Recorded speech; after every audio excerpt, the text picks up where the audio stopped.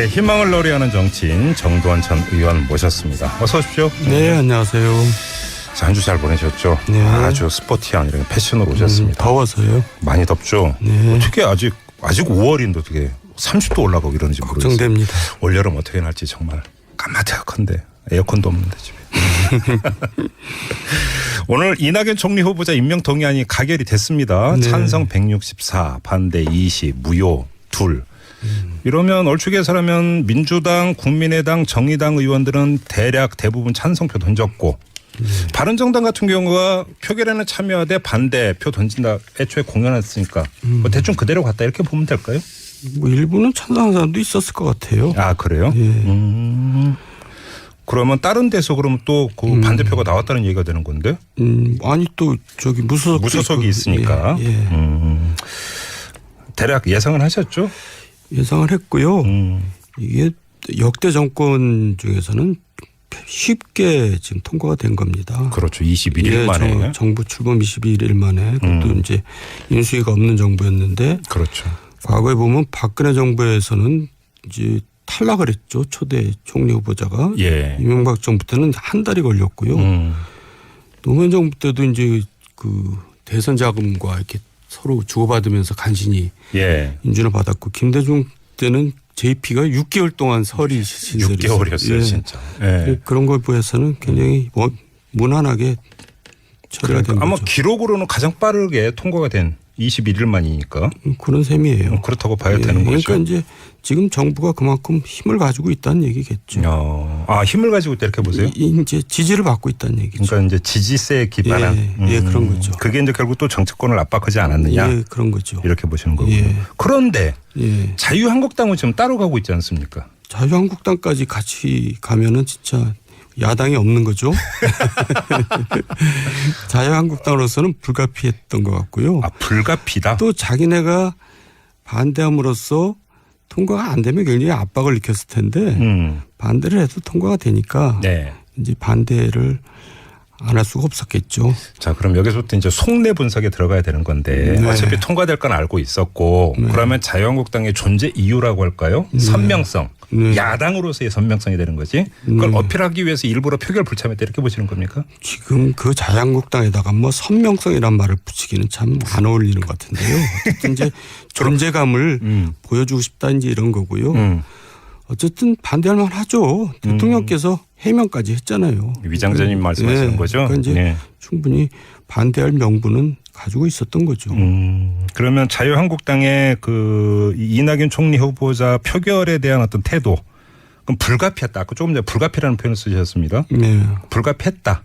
네. 그리고 또 그럴 수밖에 없었다 이렇게 보시는 겁니까? 그러니까요. 만약에 반대해서 처리가 안 되면은 예. 반대하기도 참 힘들었을 거예요. 아, 만약에 부결이 돼버린다든지 이래버리면 그 부담을 고스란히 안으니까. 예. 그러니까 그냥 부담 없이 반대한 거죠. 예. 근데 저는 그 며칠에 그러니까 그 감론을 봐 실랑이를 보면서 이런 생각이 든 게 다른 국무위원은 인준 표결이라고 하는 게 없잖아요. 네. 그러니까 근데 총리 같은 경우는 인준 표결이 있으니까 정말로 이 사람은 부적격이다 하면 차라리 그냥 표결에 참석해서 네. 반대표 던지면 되는 거 아닙니까? 네. 그게 깨끗한 거 아닌가요? 글쎄요. 저도 이제 그 부분에 대해서는 깊이 생각 안 해봤는데. 예.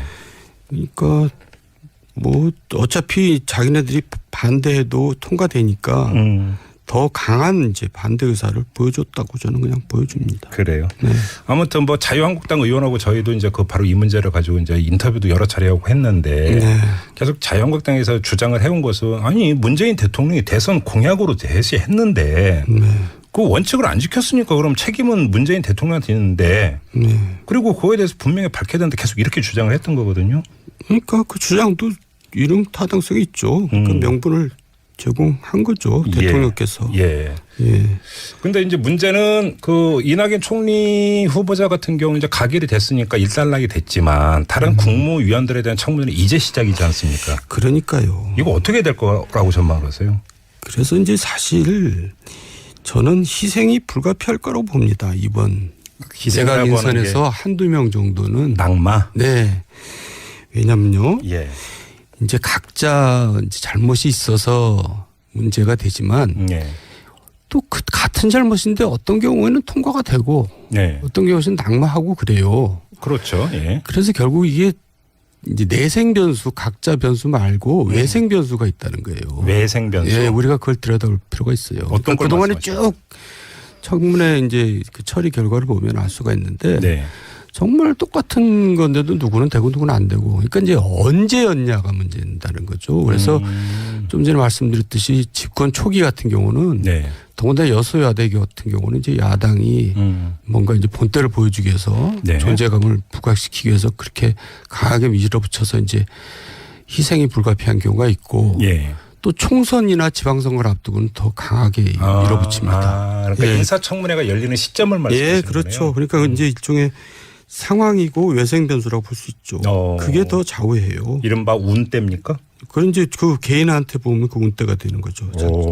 하필이면 그때 자기가 추천을 받아서 그리고 이게 이제 다른 의혹하고 이제 그 결합이 되면서 더 큰 문제로 논란을 낳느냐 아니냐 또 이것도 상당히 중요하게 영향을 미치는 것 같더라고요. 다른 문제는 이제 그 거짓말이죠. 거짓말. 네.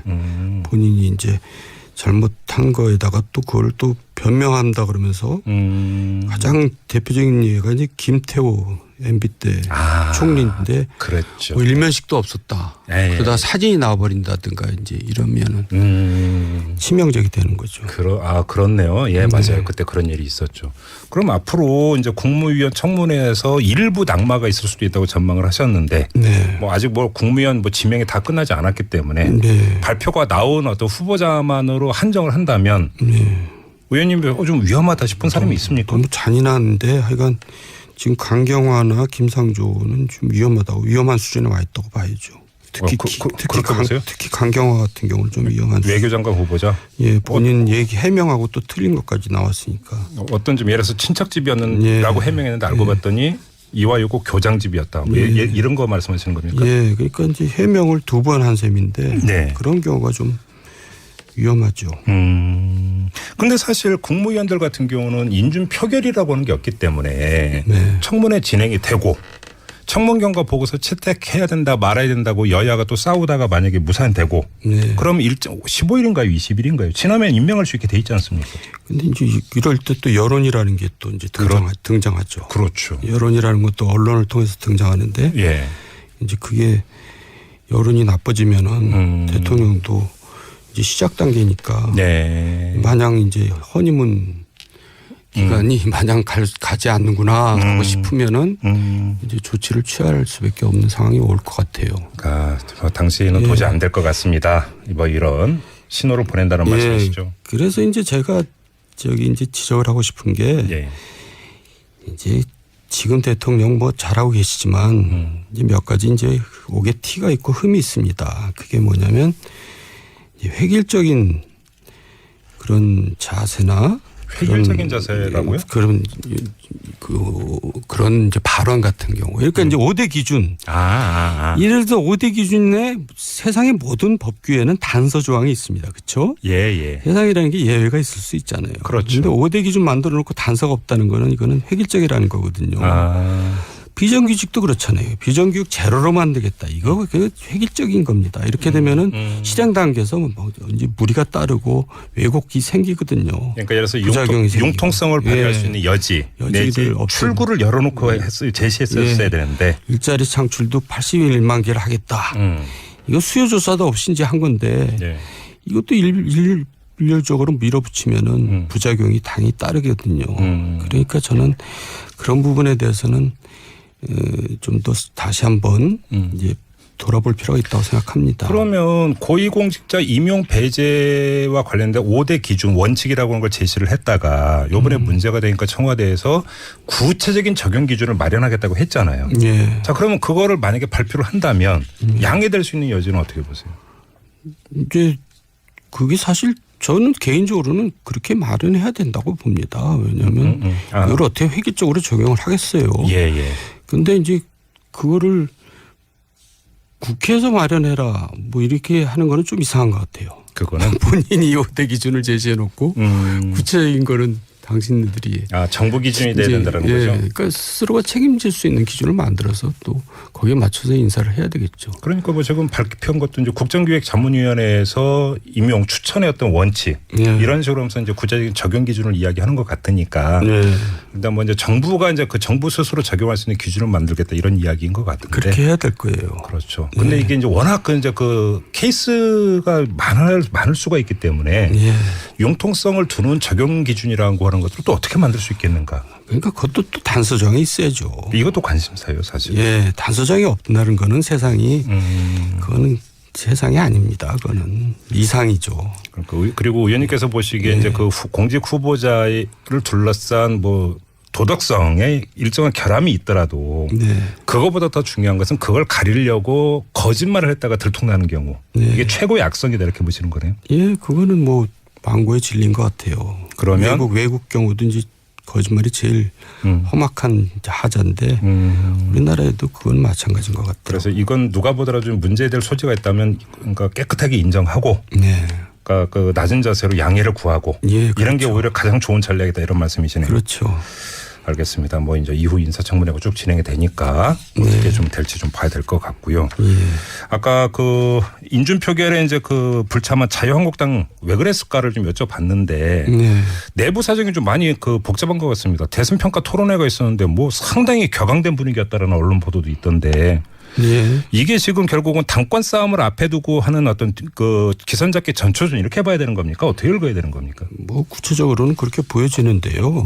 어쨌든 그 집안은 뭐 국민들 입장에서는 내놓은 집안 아닙니까?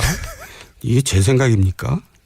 도대체가 저는 별로 뭐 이렇게 국민들이 관심도 없을 거라고 생각하는데. 그러면 저 집안은 원래 저런 집안이지 이제 다 이렇게 내놓은 거 아닙니까? 그러면 국민들도 관심 없고 자유한국당 그 구성원들도 국민을 별로 안중에 두지 않고 있다 이런 말씀이십니까? 그렇죠. 국민 보는 눈은 무서워하지 않는다. 지금 벌써 언제부터입니까? 그러니까 이제 총선 때부터 시작한 건데 총선 때 그 엽기적인 공천부터 시작해서 박근혜 대통령 탄핵 구속까지 이제 이어지면서 그런 거 아니에요? 그렇죠. 근데 결코 과거 청산을 해본 적이 없어요, 저 당은. 그래가지고 뭘 기대하겠어요, 국민들이? 그러니까 이제 국민 대다수 정서에 어긋나는 이제 그런 행태만 보여주고 있는 거죠. 그렇게. 그러면 그 자유한국당의 정치적 입지 내지 지지 기반은 갈수록 더 좁아질 거라고 보시는 거예요? 이런 식으로 나온다면? 그러니까 이제 거기서 나오는 언사들을 보세요. 그러니까 보수당이라고 할 수가 없잖아요. 그러니까 보수층이 지지를 할 수가 없죠. 보수당은 자유민주주의를 옹호하는. 그렇죠. 이제 당이 보수당이잖아요. 근데 독재를 옹호하는 겁니다. 군주를 옹호하고. 그게 어떻게 보수당이에요? 그러니까 보수층이 거기다가 지지를 할 수가 없는 거예요. 그러니까 뭐 어떤 의원은 그러잖아요. 우리가 박 대통령을 막아주지 못한 잘못이었다. 탄핵만 안 났으면 지금 이 모양 이 꼴이 안 났다. 이게 독재를 옹호하는 거잖아요. 군주를 옹호하는 거고. 국회의원 입에서 이런 발언이 나오는 정당이 그게 보수 정당이라 할 수가 없고 그 당은 이제 극우 정당이나 수구 우파 정당으로서 이제 자꾸 축소가 되는 거죠. 상황 파악을 아직도 못 하고 있다. 뭐 그런 또 국민 지지자들이 있긴 있거든요. 그러니까 그 지지자들의 정당으로 이제 축소 되겠죠. 근데 일각에서는 지난 대선에서 홍준표 후보가 24% 득표하지 않았느냐. 이걸 또 강조하고 있지 않습니까? 그러니까 이제 그런 극우 세력의 지지 기반에다가 도저히 이제 지금 대통령 쪽을 찍을 수 없는 사람들이 할 수 없이 찍어서 24%가 나온 거지. 그 홍준표 후보가 그렇게 지지를 받았다고 생각하지는 않거든요. 그게 홍준표 후보에 대한 지지는 아니다. 그리고 자유한국당에 대한 지지도 아니고. 이쪽에 대한 반대가 이제 표로부터 이제 상당 부분 저는 반 이상이라고 보는데 그렇게 보면 이 정당은 국민 지지가 뭐 일단 지지 한 자리 숫자밖에 안 나오잖아요. 그게 이제 결국 그 층만을 대변하고 있다는 거죠. 그러면 사실 보수 정치권은 재탄생해야 되고 재구축이 돼야 되는 건데 의원님께서는 이 자리에서 일관되게 바른정당도 좀 문제가 되고 계속 지적을 해오셨단 말이에요. 바른정당은 그나마 이제 개개인을 따져보면은 괜찮은데 이제 전체가 특히 얼굴이 그런 얼굴이 안 보이기 때문에 국민들이 시선을 못 끄는 거죠. 그래서 이번에 이제 그 새로운 뭐 전당대를 한다는데 예. 저한테까지도 연락이 오더라고요. 얼굴을 좀 추천해달라 외부에서. 그러니까 사실 또 정당은 또 얼굴이 굉장히 중요한 것 같아요. 그렇죠, 그렇죠. 예, 그게 전체 이미지를 또 보여주니까. 그러면 그거에 따라서 만약에 그러니까 그 새로운 보수를 상징할 수 있는 인물이 만약에 당의 간판으로 만약에 영입이 됐다, 예를 들어서. 네. 그러면 바른정당의 여지는 넓어진다고 그럼 전망을 하세요? 그거 되게 중요하죠. 근데 이제 문제는 누가 또 가냐 이거죠. 그러니까 이제 진퇴양난이. 역시 의원님 말씀 짧고 굵으시단 말이에요. 네. 그러면 짧고 굵게 마지막으로 네. 홍준표 전 지사가 이번 주 일요일에 귀국한다는 거 아닙니까? 네. 그래서 당권 싸움 들어가고 이른바 홍대 홍 구도라고 하던데 네. 홍준표 대 홍문종. 네. 이건 어떻게 지금 그 관전하고 계십니까? 별로 뭐 관심도 없는데요. 저는 개인적으로는 홍준표도 어차피 친박을 기반으로 대선을 치렀잖아요. 네. 그러니까 누가 잡든 저는 뭐 미래가 별로 없다고 보는데 그러니까 도찐 개찐이죠. 누가 되든. 도찐개찐. 네. 또 한마디로 정리하시네 역시. 예. 알겠습니다. 짧고 굵은 직설이었습니다. 정두원 전 의원과 함께했습니다. 고맙습니다, 의원. 네, 감사합니다. 네. 이낙연 총리 후보자 표결에 대한 어떤 태도. 그럼 불가피했다. 아까 조금 전에 불가피라는 표현을 쓰셨습니다. 네. 불가피했다. 네. 그리고 또 그럴 수밖에 없다. 이렇게 보시는 겁니까? 그러니까요. 만약에 반대해서 처리가 안 되면은 예. 반대하기도 참 힘들었을 거예요. 만약에 부결이 돼버린다든지 네. 이래버리면 그 그러면 부담을 고스란히 하니까. 예. 그러니까 그냥 부담 없이 반대한 거죠. 예. 근데 저는 그 며칠에 그러니까 그 갑론을 봐 신랑이를 보면서 이런 생각이 든 게 다른 국무위원은 인준 표결이라고 하는 게 없잖아요. 네.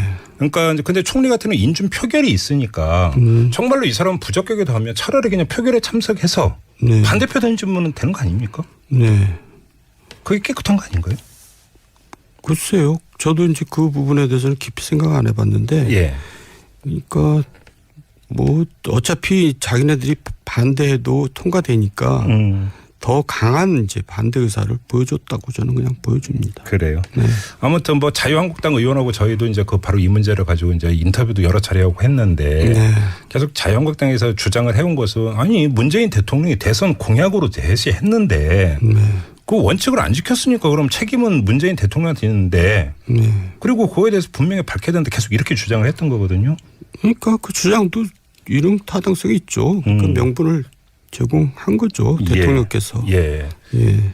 근데 이제 문제는 그 이낙연 총리 후보자 같은 경우는 이제 가결이 됐으니까 일단락이 됐지만 다른 국무위원들에 대한 청문회는 이제 시작이지 않습니까? 그러니까요. 이거 어떻게 될 거라고 전망을 하세요? 그래서 이제 사실 저는 희생이 불가피할 거라고 봅니다. 이번 내각 인선에서 한두 명 정도는. 낙마? 네. 왜냐면요. 예. 이제 각자 이제 잘못이 있어서 문제가 되지만 예. 또 그 같은 잘못인데 어떤 경우에는 통과가 되고 네. 어떤 경우에는 낙마하고 그래요. 그렇죠. 예. 그래서 결국 이게 이제 내생 변수, 각자 변수 말고 외생 변수가 있다는 거예요. 외생 변수. 예, 우리가 그걸 들여다볼 필요가 있어요. 어떤 걸 그동안에 말씀하시나요? 쭉 청문회 이제 그 처리 결과를 보면 알 수가 있는데 네. 정말 똑같은 건데도 누구는 되고 누구는 안 되고. 그러니까 이제 언제였냐가 문제다는 거죠. 그래서 좀 전에 말씀드렸듯이 집권 초기 같은 경우는 네. 더군다나 여소야대 같은 경우는 이제 야당이 뭔가 이제 본때를 보여주기 위해서 네. 존재감을 부각시키기 위해서 그렇게 강하게 밀어붙여서 이제 희생이 불가피한 경우가 있고 예. 또 총선이나 지방선거를 앞두고는 더 강하게 밀어붙입니다. 그러니까 예. 인사청문회가 열리는 시점을 말씀하시는 예, 그렇죠. 거네요. 그러니까 이제 일종의 상황이고 외생 변수라고 볼 수 있죠. 그게 더 좌우해요. 이른바 운때입니까? 그런 이제 그 개인한테 보면 그 운때가 되는 거죠. 하필이면 그때 자기가 추천을 받아서 그리고 이게 이제 다른 의혹하고 이제 그 결합이 되면서 더 큰 문제로 논란을 낳느냐 아니냐 또 이것도 상당히 중요하게 영향을 미치는 것 같더라고요. 다른 문제는 이제 그 거짓말이죠. 거짓말. 네. 본인이 이제 잘못한 거에다가 또 그걸 또 변명한다 그러면서 가장 대표적인 예가 이제 김태호 MB 때 총리인데 그랬죠. 뭐 일면식도 없었다. 예, 예. 그러다 사진이 나와버린다든가 이제 이러면은 치명적이 되는 거죠. 그렇네요. 예, 맞아요. 그때 그런 일이 있었죠. 그럼 앞으로 이제 국무위원 청문회에서 일부 낙마가 있을 수도 있다고 전망을 하셨는데, 네. 뭐 아직 뭐 국무위원 뭐 지명이 다 끝나지 않았기 때문에 네. 발표가 나온 어떤 후보자만으로 한정을 한다면, 네.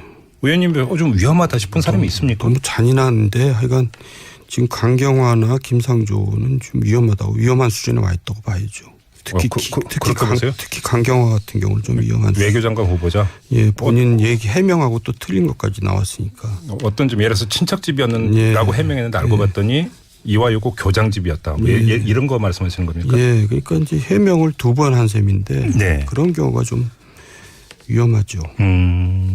근데 사실 국무위원들 같은 경우는 인준 표결이라고 하는 게 없기 때문에 네. 청문회 진행이 되고 청문 경과 보고서 근데 좀 때는 JP가 6개월 동안 설이 신설이 6개월이었어요, 예. 진짜. 예. 그런 거에 비해서는 굉장히 무난하게 처리가 된 아마 거죠. 기록으로는 가장 빠르게 통과가 된 21일 만이니까 그런 셈이에요. 그렇다고 봐야 예. 되는 거죠. 그러니까 이제 지금 정부가 그만큼 힘을 가지고 있다는 얘기겠죠. 힘을 가지고 있다 이렇게 보세요. 이제 지지를 받고 있다는 얘기죠. 그러니까 이제 지지세에 기반한 예, 그런 거죠. 그게 이제 결국 또 정치권을 압박하지 않았느냐. 예, 그런 거죠. 이렇게 보시는 거군요. 예. 그런데 예. 자유한국당은 지금 따로 가고 있지 않습니까? 자유한국당까지 같이 가면은 진짜 야당이 없는 거죠.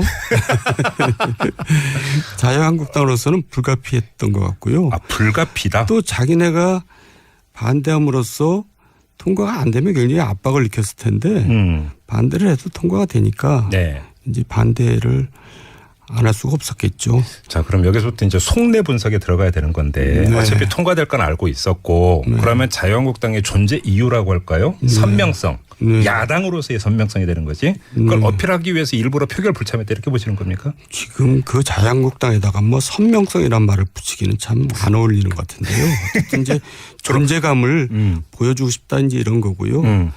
어쨌든 반대할 만하죠. 대통령께서 해명까지 했잖아요. 위장전임 말씀하시는 네. 거죠? 그러니까 이제 네. 충분히 반대할 명분은 가지고 있었던 거죠.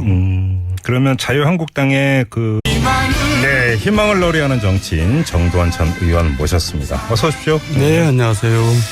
한 주 잘 보내셨죠? 네. 아주 스포티한 이런 패션으로 오셨습니다. 더워서요. 많이 덥죠? 네. 어떻게 아직 5월인데 어떻게 30도 올라가고 이러는지 모르겠어요. 걱정됩니다. 올여름 어떻게 날지 정말 까마득한데 에어컨도 없는데 집에. 오늘 이낙연 총리 후보자 임명 동의안이 가결이 됐습니다. 네. 찬성 164, 반대 20, 무효 2. 이러면 얼추 계산하면 민주당, 국민의당, 정의당 의원들은 대부분 찬성표 던졌고 바른정당 같은 경우가 표결에는 참여하되 반대표 던진다 애초에 공연했으니까 뭐 대충 그대로 갔다 이렇게 보면 될까요? 뭐 일부는 찬성하는 사람도 있었을 것 같아요. 그래요? 예. 그러면 다른 데서 그러면 또 그 반대표가 나왔다는 얘기가 되는 건데? 아니 또 저기 무소속이 있으니까. 예, 예. 대략 예상은 하셨죠? 예상을 했고요.